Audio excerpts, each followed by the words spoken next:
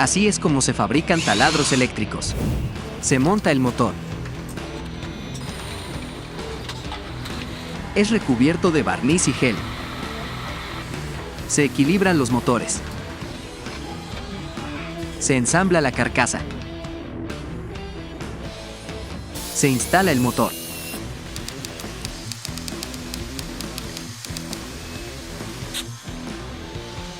Se monta el portabrocas. Se realizan pruebas de corriente y rotación.